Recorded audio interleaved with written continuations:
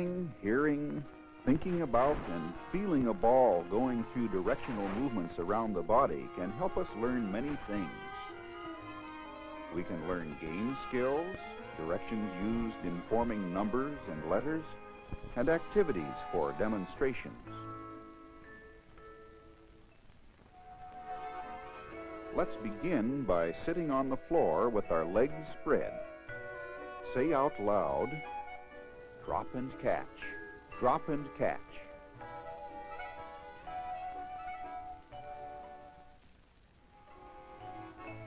Can you toss and catch the ball? Toss the ball only as high as you can catch it easily. Toss, catch, toss, catch.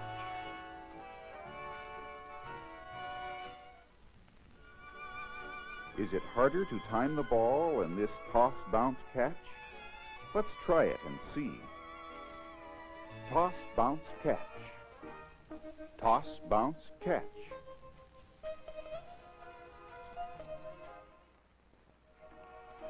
Try dropping and catching your ball from a kneeling position with your body straight. Drop, catch. Drop, catch.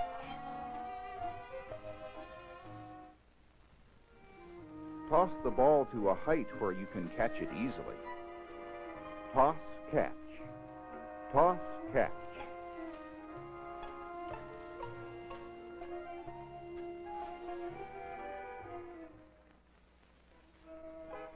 From a kneeling position, the toss, bounce, catch takes more exact timing.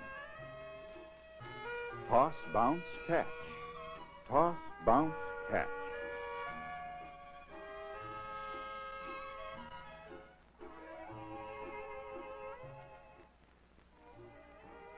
Now let's try the skills we have just practiced while we are standing. Bounce, catch. Bounce, catch.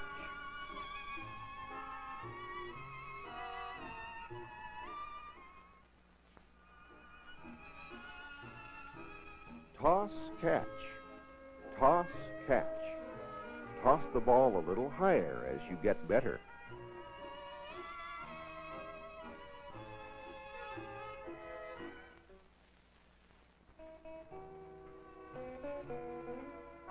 Toss, bounce, catch.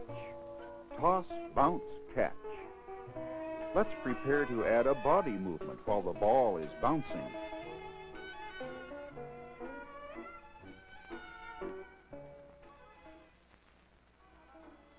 Can you turn around to your right before catching the ball?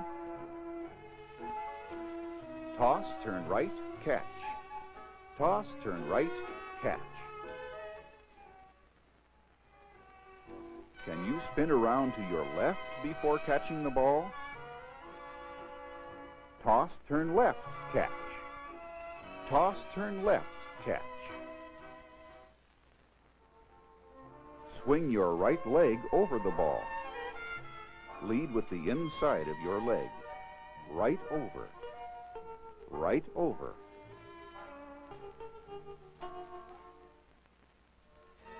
Swing your left leg over the ball. Lead with the inside of your leg. Left over. Left over.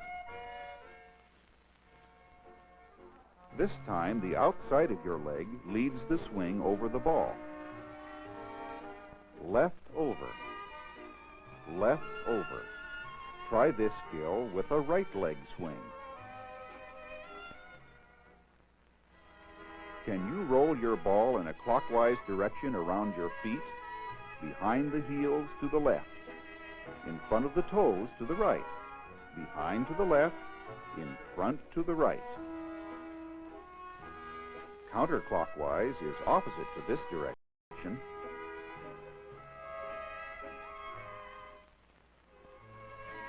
Try rolling the ball in a figure 8, clockwise around the right foot and counterclockwise around the left foot. Around to the right, between, around the left, between, clockwise, counterclockwise, clockwise, counterclockwise.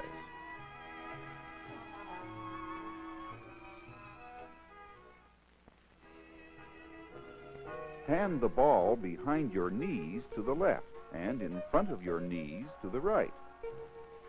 Behind to the left, in front to the right. Is this a clockwise or a counterclockwise direction?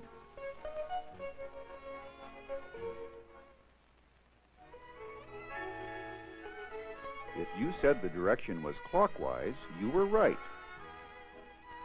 We are continuing to move the ball clockwise. Behind the body to the left, in front to the right. Behind to the left, in front to the right.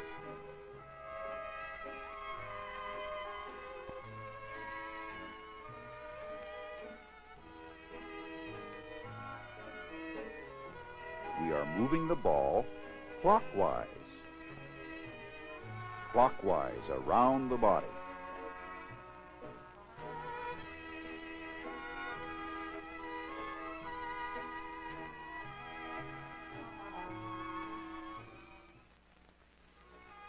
Now let's try tossing the ball.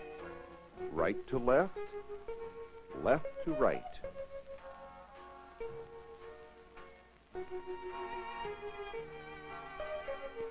If you miss, just pick up the ball and continue. Right to left, left to right.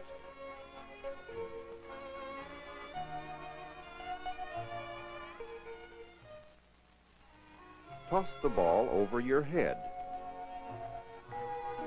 Right to left, left to right.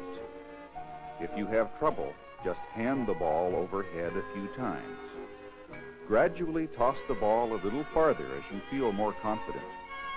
Let's prepare to put these skills together in a rhythmic routine, beginning from a sitting position and repeating each skill twice. Sit down first. Drop, bounce, catch. Toss and catch. Toss, bounce, catch. Toss to your knees, catch. Drop, bounce, catch. Toss and catch. Toss, bounce, catch. Toss to your feet, catch. Push, bounce, catch. Toss and catch. Toss, bounce, catch. Toss, turn left, catch. Toss, turn right, catch. Right leg over, left leg over. Right over, left over.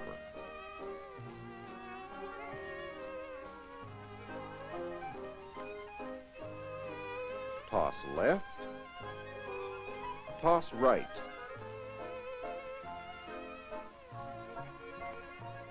Behind the heels, in front of the toes. Clockwise around the feet.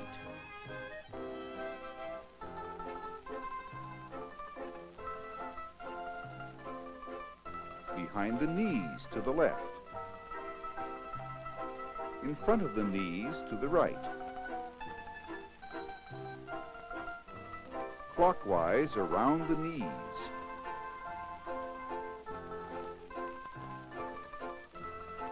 Behind the body to the left. In front of the body to the right.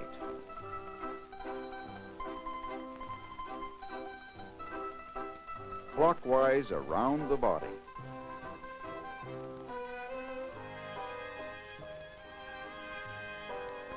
Clockwise around the body. Clockwise. Overhead left. Overhead right.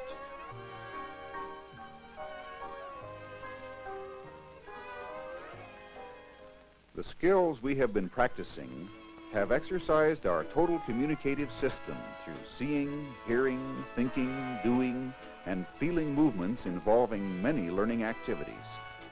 These skills may also be used in a variety of games or for a rhythmic demonstration.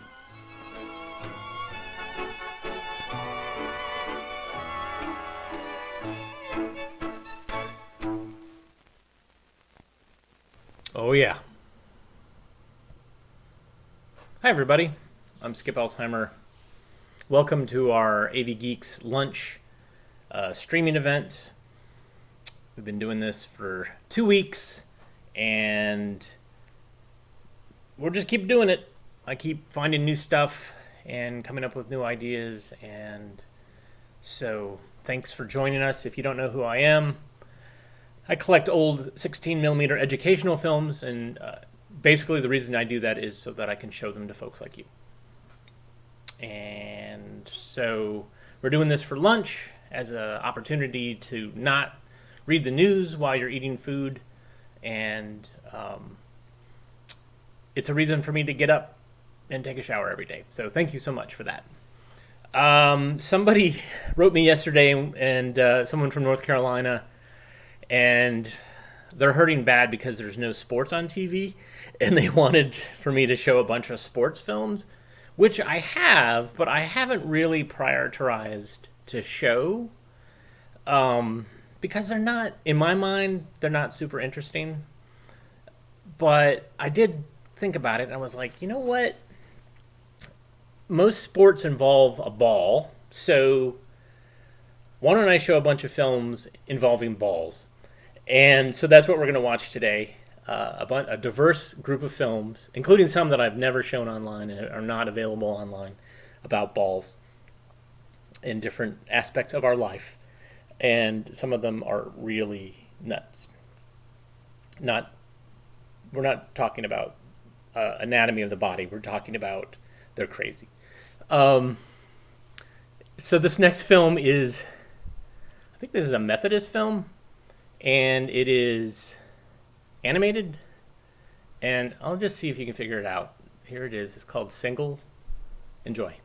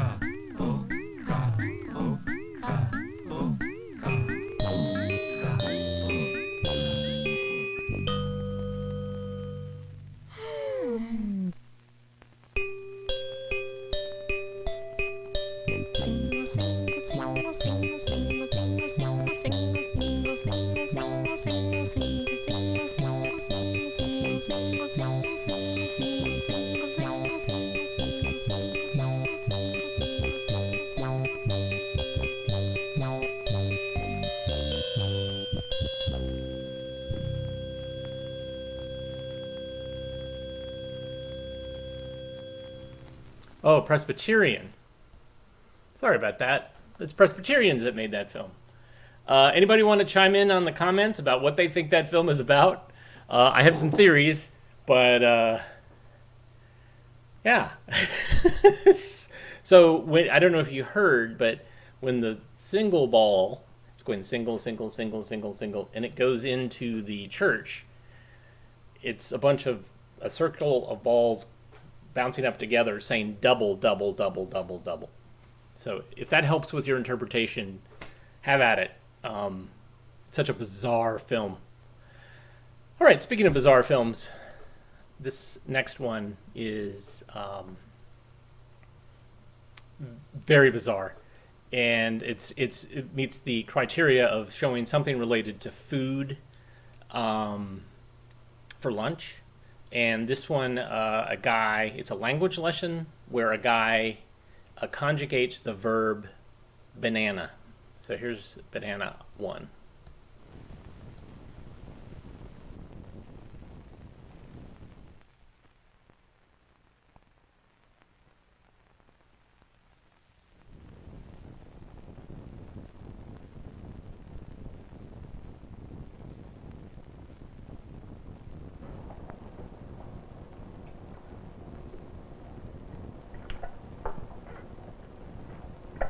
Hola. Today we're going to discuss a very interesting verb, the verb baigner. Baigner, B-A-N-A-R, with a tilde over the end. Baigner, to banana. We conjugate the verb thusly, like any other verb we have discussed previously. Baño, bañas, baña, bañemos, bañes, bañan. I banana, you banana, formal, you banana, informal, we banana, they banana, formal, they banana, informal. Now, the verb has very many possibilities because it may seem limited in that it just deals with bananas, but it has many different varieties. We have here the bañitas, the little banana, bañitas, bañitos, female and male, O and A. We've discussed that previously. And then you can see here a mixed bunch. We have in the back some little bananas like these. But in the front we have the bigger variety, the full-grown bañas, bañanas, or bañano. Now, when we talk about gender, we're not necessarily talking about male and female banana because, look, you can tell the difference. But so what we're talking about is gender. It's just practicality sense gender. Now, let's give an example. It's the best way to learn anything. Two bunch of bananas walking down the street. You tell me what the situation is. Hola, bañas, ¿qué tal? ¿Cómo estás? Muy bien. What was wrong with that statement? What was wrong with it is that the big bananas said, hola, bañas. Big bananas don't have to treat little bananas with respect. Little bananas have to treat big bananas with respect. So yes, hola, bañas, ¿qué tal? ¿Y tú? Muy bien, gracias, bañas, the informal. That's the difference. And we see that the banana peels, there's really no word in the Mexican language for peel as far as bananas go because Mexicans revere the banana. They do not eat the banana. They will import it, but they will not eat it. They will talk to it, but a banana cannot answer. That's the thing to remember. Bananas can talk to themselves because of the gender, but they can't talk to each other. So if we have two bananas working down the street, the situation should be, hola, bañas, big, little, grande, pequeño. Hola, bañas, ¿qué tal, cómo está usted? Tú, muy bien, gracias, y usted. This could be a group of children. We don't say group, we call them bunch, a bunch of bananas. This is a bunch of bananas. And they were walking down the street, but it's very unusual to see this because they only come out at nighttime. And if you're walking down the street and you see the bananas walking down the street, you've got to remember an important thing, that the banana, it breaks off the bunch and then it's a singular verb. This is a plural verb, bañas, baña. You see the difference? One, uno, dos, tres, cinco, seis, but I might have counted it twice, but either or less, there are two bunches of bananas here. One is one is a lot. And so you have to use the plural or the in plural. Now, if you're talking about a bunch of bananas, we don't really need the stickers when we're discussing them. When you're talking about a bunch of bananas, you've got to remember that they would flow like this. They come apart. I don't want to break this bunch apart because it's a nice bunch. But there are big ones and there's little ones. I think I might have said that already, but I cannot overstress that point because it's the gender we're speaking of here. Do you know what I mean when I say gender? And that is what's most important in the whole discussion of venir. Let's go over the conjugation once more. Venir, tu banana. Bagna, bagno, I banana. Bagnas, de banana, you banana, informal bagna. De you banana, informal bagnemos. We banana, bagnan, de banana. And bagnas, bagnes, de banana, informal. And now, it's very important that you don't overreact to the banana, that you treat them with respect, and that you don't let it get carried away with you either, because you could go on and you can think about what you're going to say, but you can't overthink. Para hablar con la banana in English, when we speak to a banana in English, it's worthless because they do not understand. It is predominantly Mexican fruit. With sure some grow in America, but these are not worth speaking of because they will not understand the language, they will not understand the verb that they're discussing about. So that's the way, that's the most important thing to remember about the verb. And that's the thing I want you to remember. When you see a banana, you talk to it formally, informally. That's all we have time for now. Adios, amigos.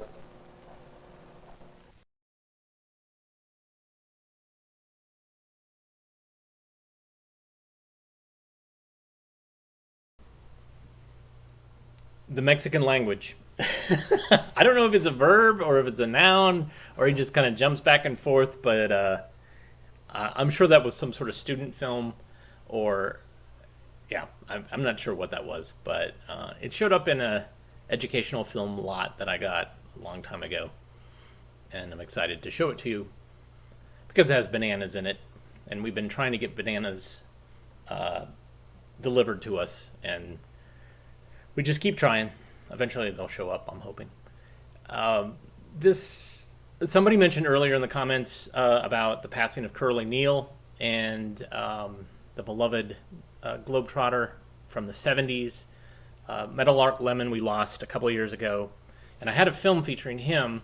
I don't have it handy, though. But Curly Neal, yeah, he was something else. And very much loved watching the Harlem Globetrotters on the ABC Wild World of Sports, and was really quite...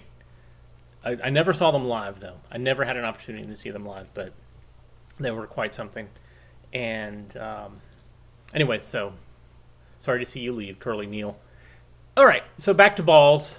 This next film is something I remember watching as a kid. I didn't see a whole lot of 16... because I went to a rural school, so we had a lot of film strips, but it was a rare occasion that a 16mm film would show up.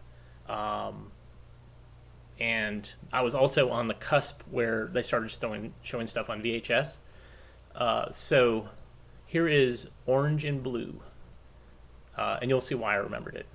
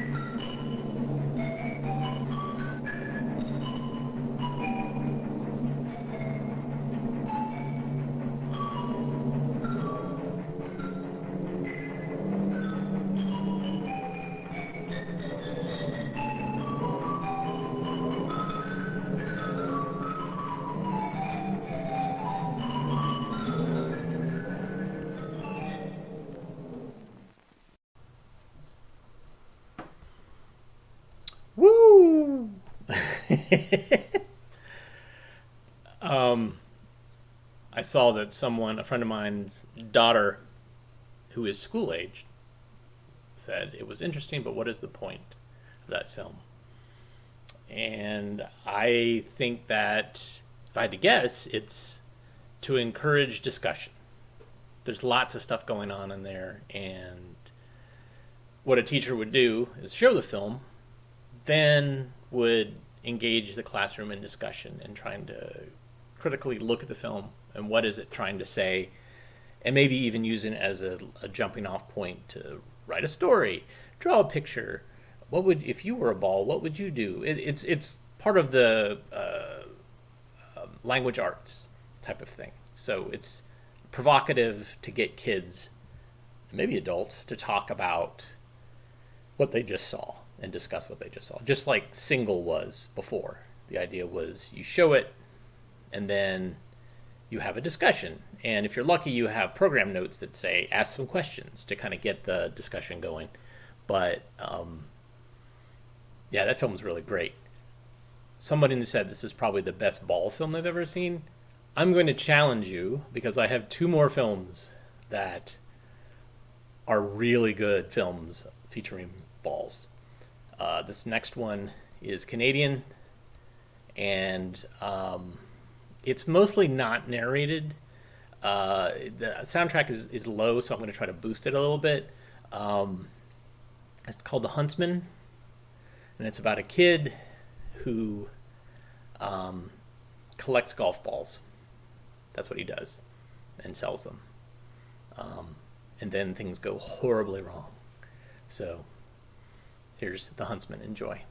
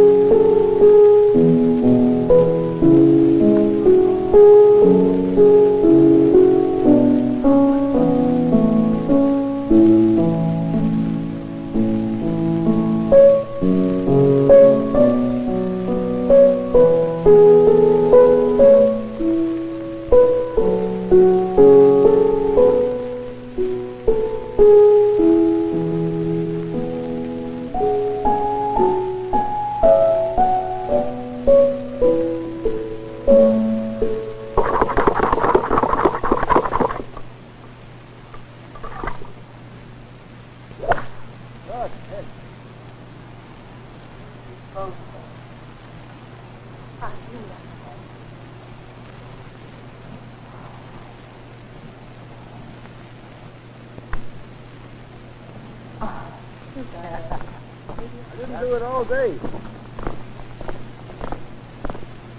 Can't you read the signs? No trespassing. Oh, no. All right, no problem. How much? $1 for each group. Only one good ball in the lot. Give you a quarter for it. Got it sound good, mister. Crocs are no good to me. I think they hit the tip where the water is polluted.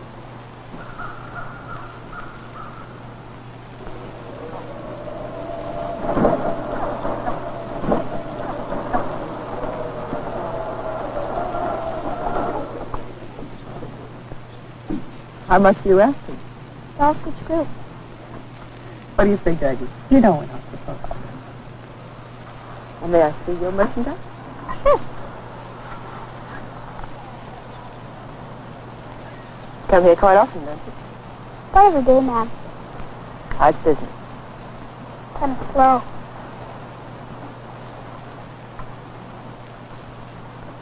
I'll take this group of three.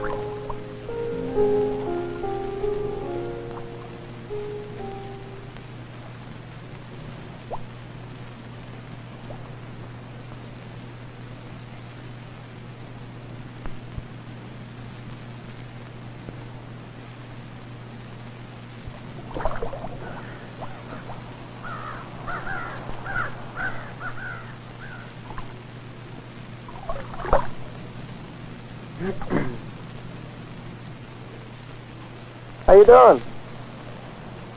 Not bad. How many you got? 6. Let's have a look. Maybe we'll buy them. I don't think so. Guess I better set you straight. We're organizing things around here for you and everybody. You're going to have to sell to us. You see that? Gets us around to all the courses.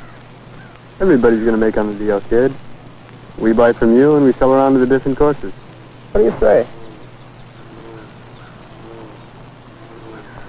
Here's a good one. At least $2. 50 cents. Cash. I don't think I want to sell to you. Kid.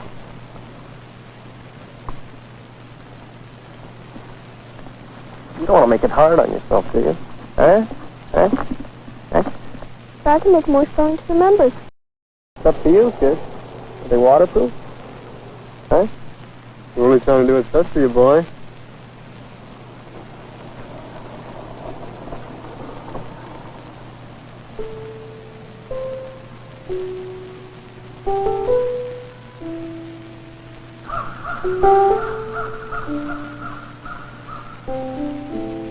Remember, if you want to work around here again, sell to us.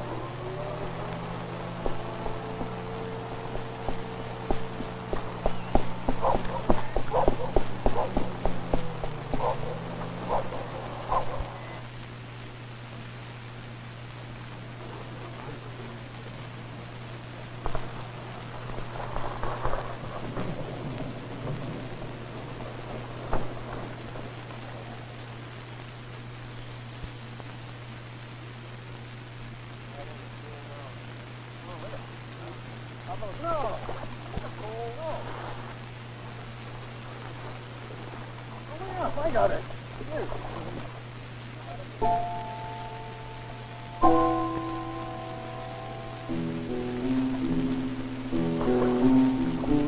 Bottom will be good anyway. Got a ball yet? Nothing.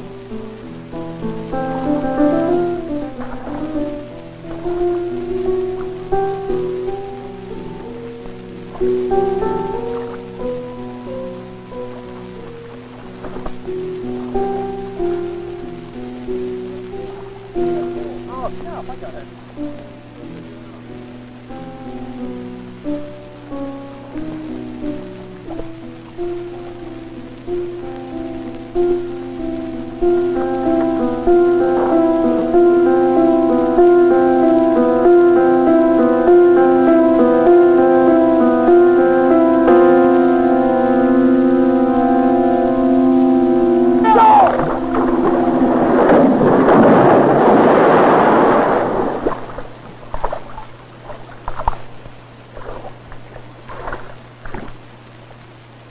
Oh, you left the handbrake off. No, I didn't. I couldn't have. You must have, dummy. Now what do we do?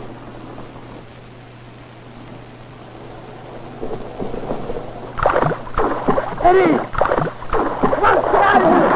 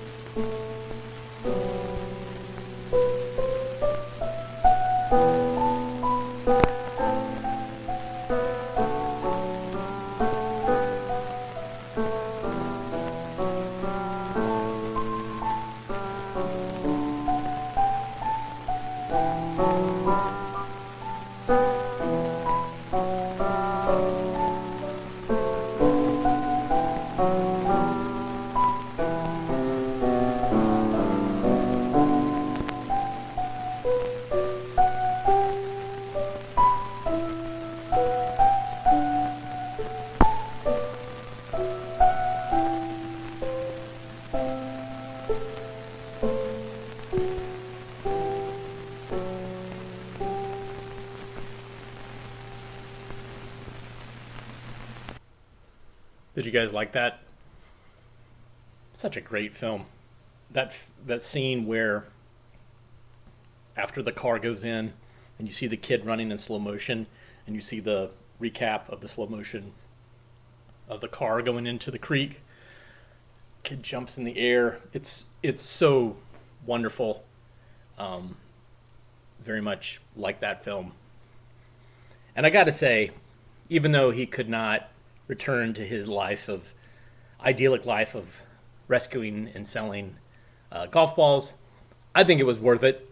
I don't know about you, but if we had a class discussion, I would say, yes, that kid, it was worth it, totally. Try to find something else to do now. So I've been showing films. Somebody requested sports films, of which I have a couple, but they don't really make for a good show. But I remembered that I did a show. It was called Balls Out, and it was all films featuring balls in different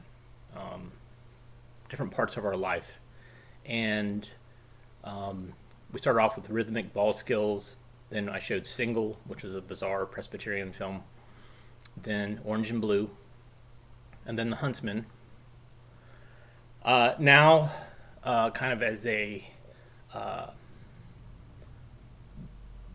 don't know how to describe this. This film is Dutch, and it's about a marble. Or is it? All the films up to this point have increased in their insanity, I think, and this one is really something. And I'm happy to show it to you. This is the first time I've ever shown it online, so excuse me. Marble. Enjoy.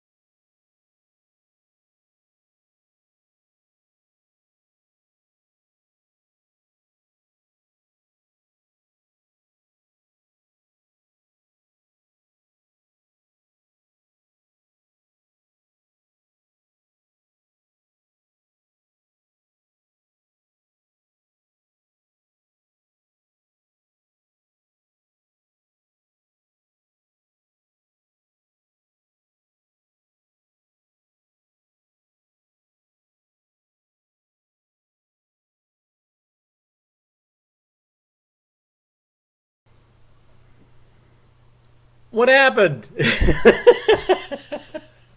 What happened? Like everything started crashing on this laptop, which is nuts. I see you there. The YouTube, I'm not sure. We'll have to maybe redo that, the YouTube. I'm sorry, the Facebook. Wow, that was really, really weird. I've never had that happen before, something so cataclysmic. But it actually, the open broadcast software started freaking out. And then I think that movie, Marble, was too intense. Way too intense. Let's see what's going on here. Let's see if I can do this.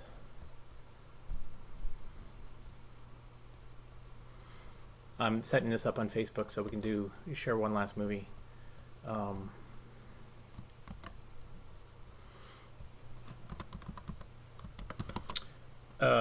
Thanks guys for tuning in though.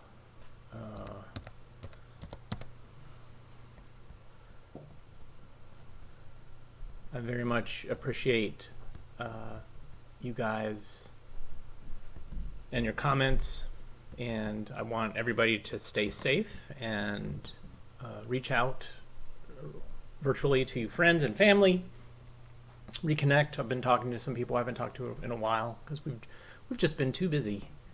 All right, here we go. All right, I'm back. So here's the gotcha with Marble is I can show it, but I have to show it from the very beginning again. So this is what I'm going to do is I'm going to go ahead and show somebody really wanted to see basketball because that seems to be what's keeping people alive in March because the pollen is so bad in North Carolina, so they have to watch basketball. So I'm going to play the film Basketball Today. Then, if you want, I will then show Marble again, and you can see how it ends. It is outrageous film, and I'm happy that you guys came and watched it. But here's Basketball Today. So before I leave, if you want to donate on Patreon, here's a great place to do it.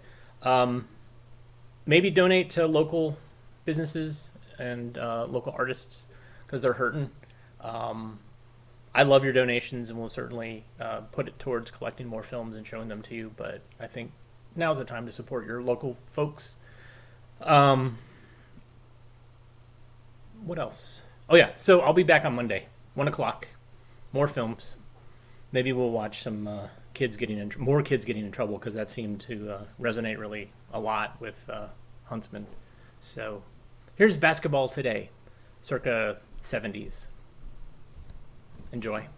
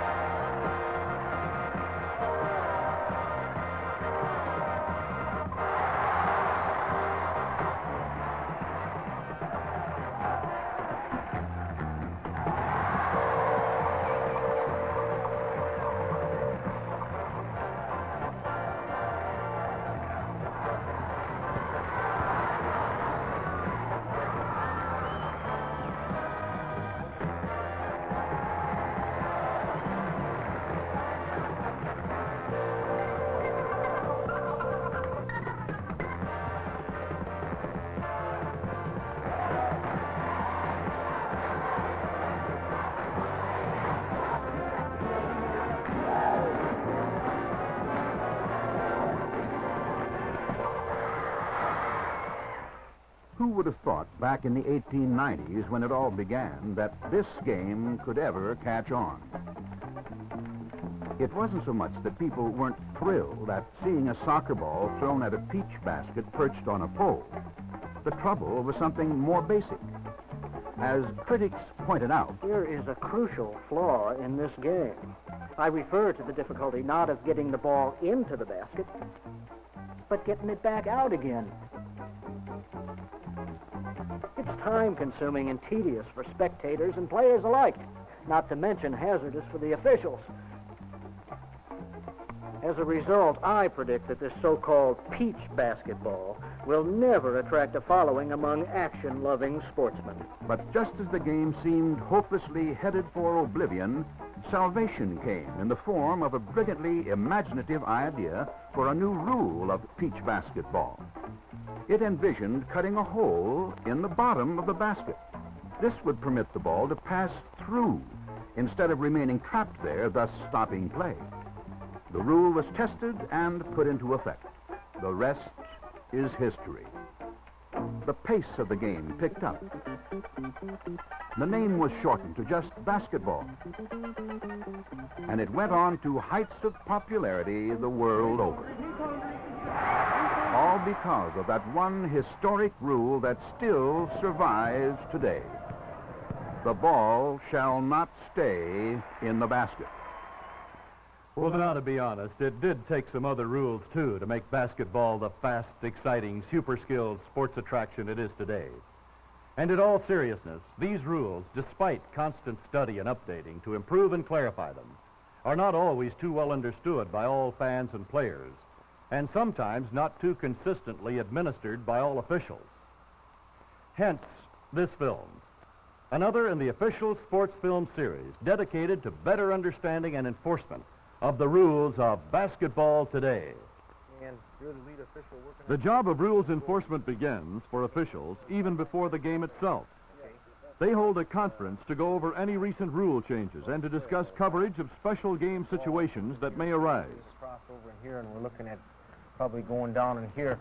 Complete agreement on officiating mechanics, signals, and position is essential if they are to work as a team. Constantly maintaining position to observe the actions of all players throughout the course of the game. To see and penalize every rule violation and foul. Obviously, not all contact that occurs in basketball is illegal. When it occurs during an attempt to reach a loose ball, as here, it's considered incidental. Whenever opponents are in equally favorable position to make normal offensive and defensive movements, contact is likely to be incidental. The basic principle in determining whether contact is legal or illegal is this: contact that results in no advantage or disadvantage to either team is not a foul. But this doesn't mean excessive contact is allowed. The kind of action or style of play aimed at overpowering opponents physically is not permitted within the spirit of the rules. And some actions are not legal even if no contact is made. Excessive swinging of the arms and elbows is a violation. If contact occurs from the swinging of arms or elbows, it's a personal foul. Contacting an opponent with hands or arms need not be violent or strenuous to be a foul. In fact, the only time a player may legally contact an opponent with his hands is when the opponent's hand is touched while it's on the ball.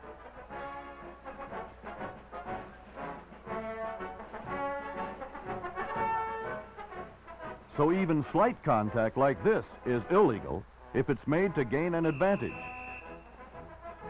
Using the hands to influence or try to control an opponent's movement.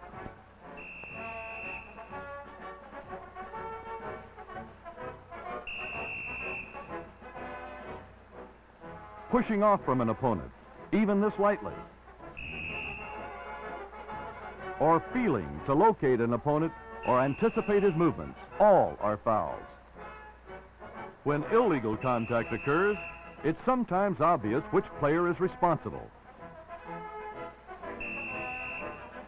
But more often, responsibility for a foul is not so apparent. This is why officials must maintain position to observe not only the contact itself, but the action leading up to it. In judging responsibility for illegal contact, these basic principles apply in guarding situations. A player takes a legal guarding position by facing his opponent and having both feet on the floor. Having done this, he need not continue facing the opponent. A player in legal guarding position may be as close to an opponent as he wishes, short of making contact. If a player jumps to establish legal guarding position in the path of a dribbler, both his feet must be on the floor before contact occurs. He does so here.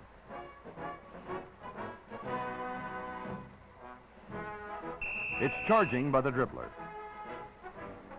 But this time, the guard fails to have both feet on the floor before the contact. It's a defensive foul. Once legal guarding position is established, a player may move to maintain his position in the opponent's path. In doing so, if he steps rather than jumps into his opponent's path, both his feet need not be on the floor at the time of contact. The foul here is by the offensive player. Basketball is a game of drive, of speed, of moves. So when you slow down, when you can't keep up because of foot problems, this is where you end up, on the bench. One good way to keep off the bench and on the court is to use Desinex daily. Antifungal Desinex is America's #1 athlete's foot fighter. Use Desinex aerosol during the day and Desinex ointment at night to protect your feet. Use Desinex daily, and you may never have to sit out a game because of athlete's foot.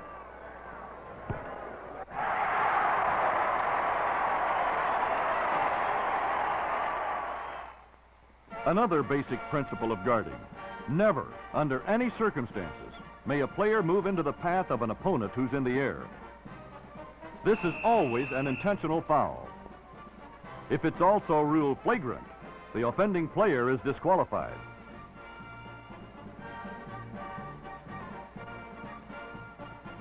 If contact is made with a guard's arm, leg, hip, or shoulder that's extended into an opponent's path, the guard is guilty of the foul.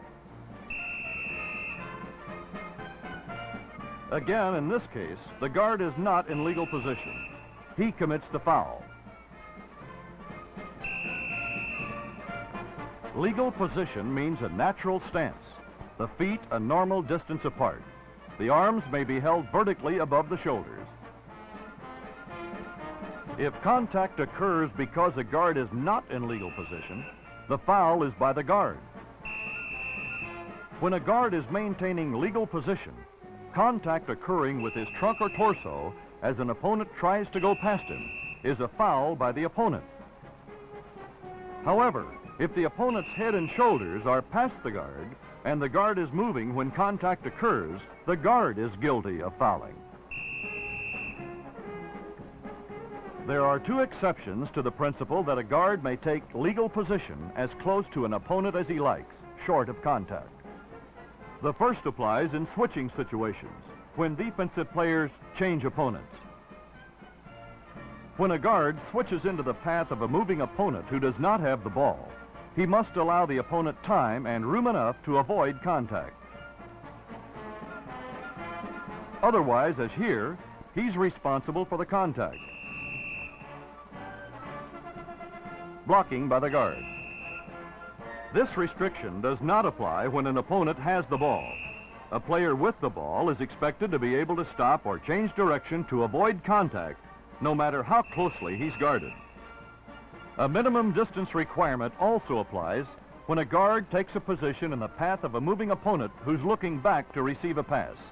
If his position is so close to the opponent that contact can't be avoided even if he's seen, then contact is a foul by the guard. Depending on the opponent's speed, a distance of up to 2 full strides by the opponent must be allowed.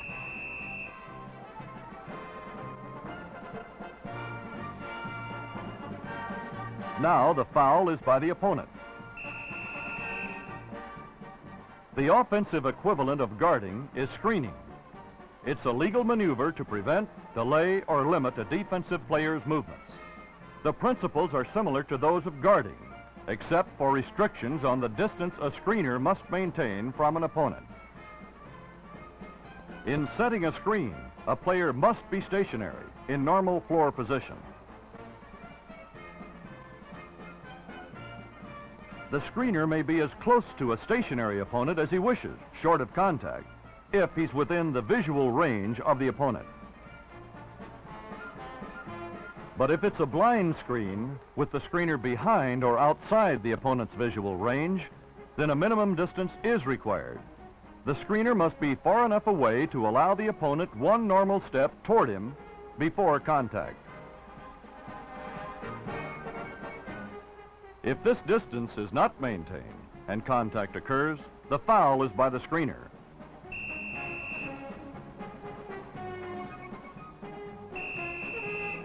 In screening a moving opponent, the screener must take his position far enough from his opponent so that illegal contact can be avoided.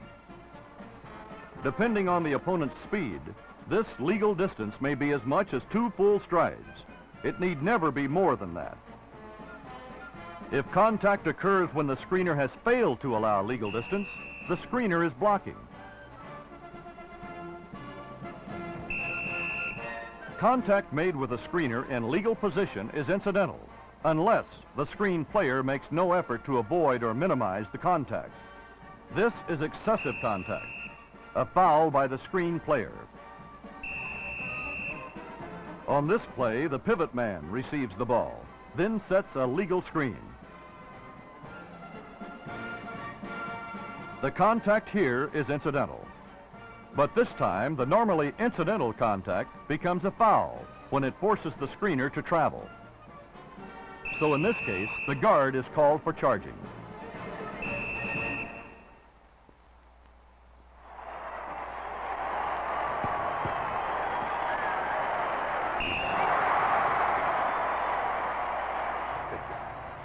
You've just seen how important feet are to this game. They take a beating out there. That's why we use socks of high bulk orlon. These socks are cushioned-soled to soften those come-down jolts like you just saw. Cushioned-soled to blot up game sweat. A good game sock must fit right. Be soft and stay soft. Remember, your feet are essential to your game. That's why I recommend that you take no chances. Wear cushioned-soled socks of high bulk orlon. All right, go on.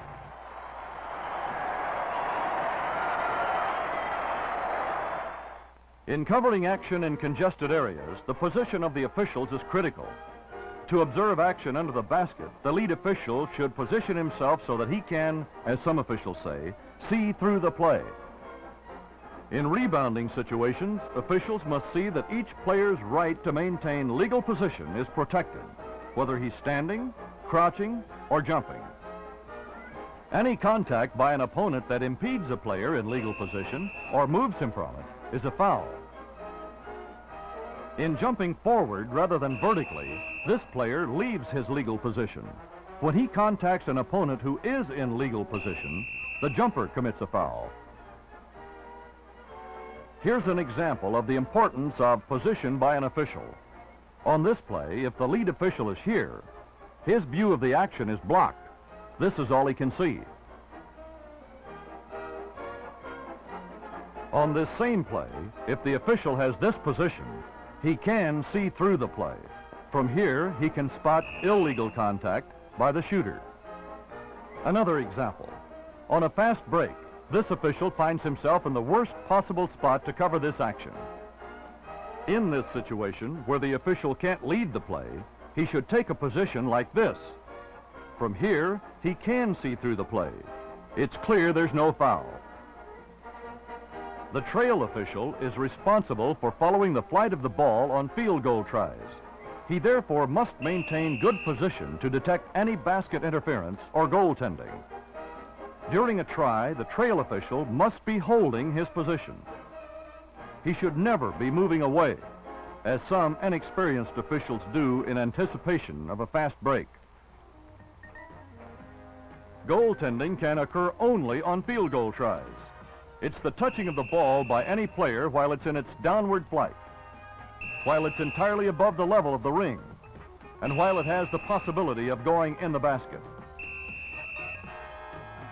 Goaltending causes the ball to become dead immediately. If it's by the defense, 2 points are awarded to the offense.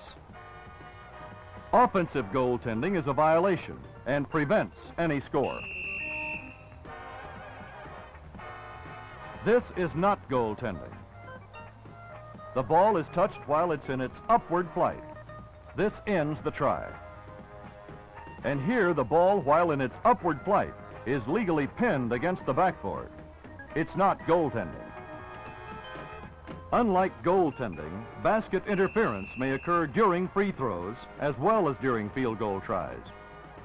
If the offense commits basket interference, no points can be scored. If there's basket interference by the defense, points are awarded the opponent. 2 on a field goal try, 1 on a free throw. It's basket interference if the ball or any part of the basket is touched while the ball is on or in the basket. These are all violations. Basket interference.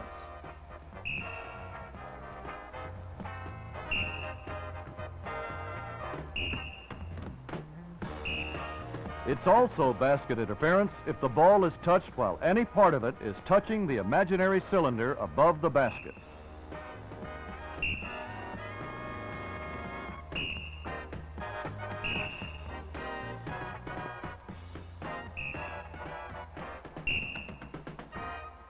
The act of dunking is a form of basket interference and is penalized by a technical foul. It's defined as driving, forcing, or pushing the ball through the basket or trying to do so. This technical foul is called whenever it occurs, even if it's during pregame warm-ups. The penalty for a foul depends on the type of foul. Let's consider the different categories. All fouls are either personal or technical.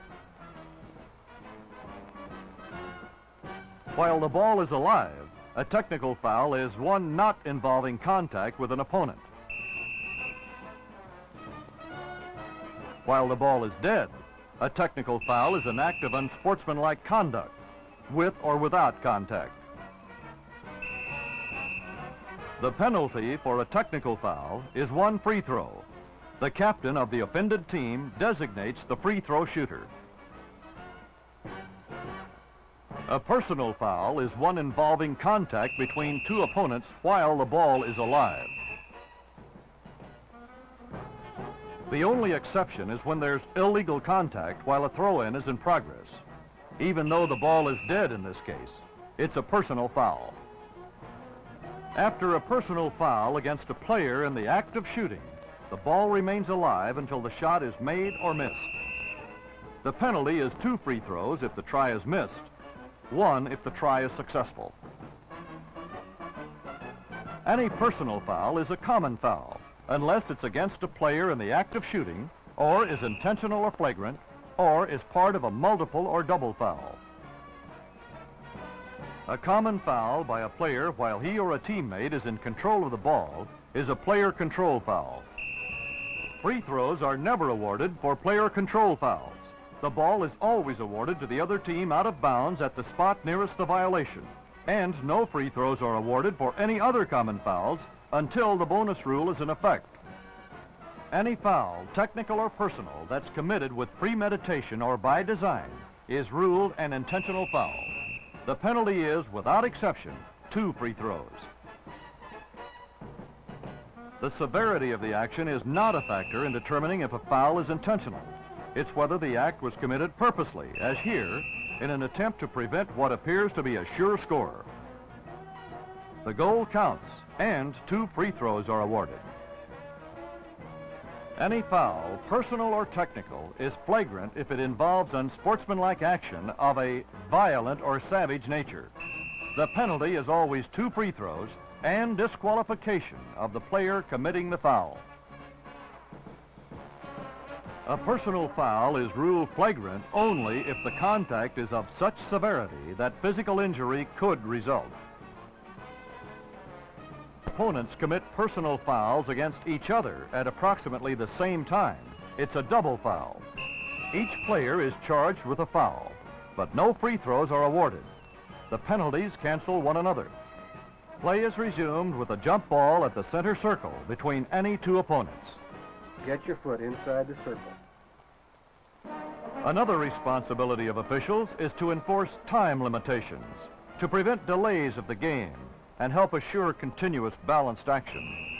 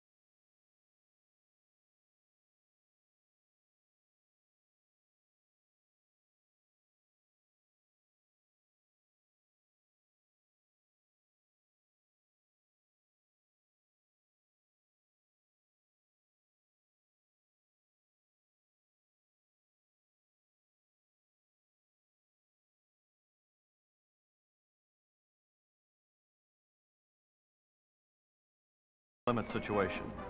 No player of the team in control may be in this part of the free throw lane for more than 3 seconds while the ball is in his front court.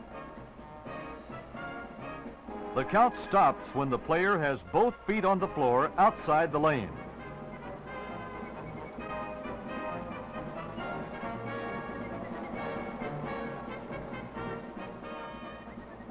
But this is a violation. However, if a player starts a drive to try for goal before the 3-second limit is reached, the restriction is lifted, provided he actually shoots. During a loose ball, the 3-second count continues because team control of the ball has not changed. So this is a violation by the pivot player. During a loose ball after a try,